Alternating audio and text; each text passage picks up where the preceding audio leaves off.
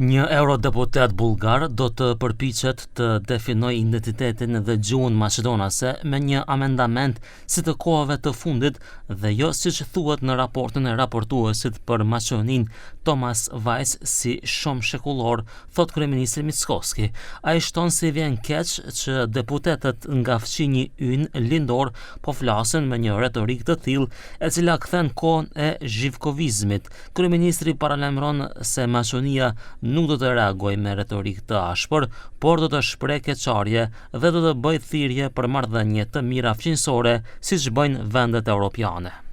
Но она што повеќе мене ме загрижува е обидот на еден европратеник кој што доаѓа од владеачката ГЕРБ да вметне амандман во кој што македонскиот идентитет ќе го дефинира како презент на англиски или сегашен.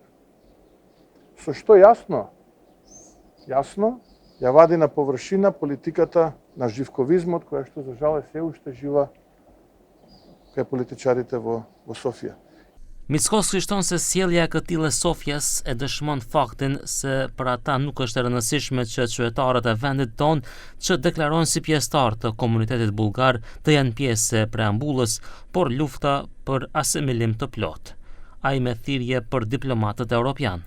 Јас ги повикувам политичарите во Брисел внимателно да слушаат какви пораки ќе доаѓаат од нивните колеги европратеници и какви пораки ќе доаѓаат од официјална Софија во 21 век. И дали тоа има некаква врска со европските вредности.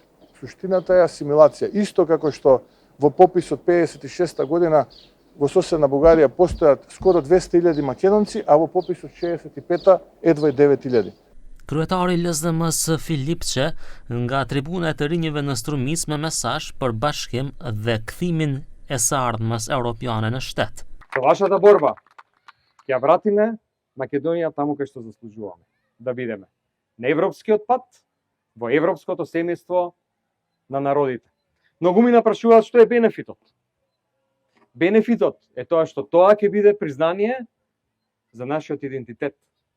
Затоа што тоа ќе биде начин на кој што поквалитетно ќе се живее.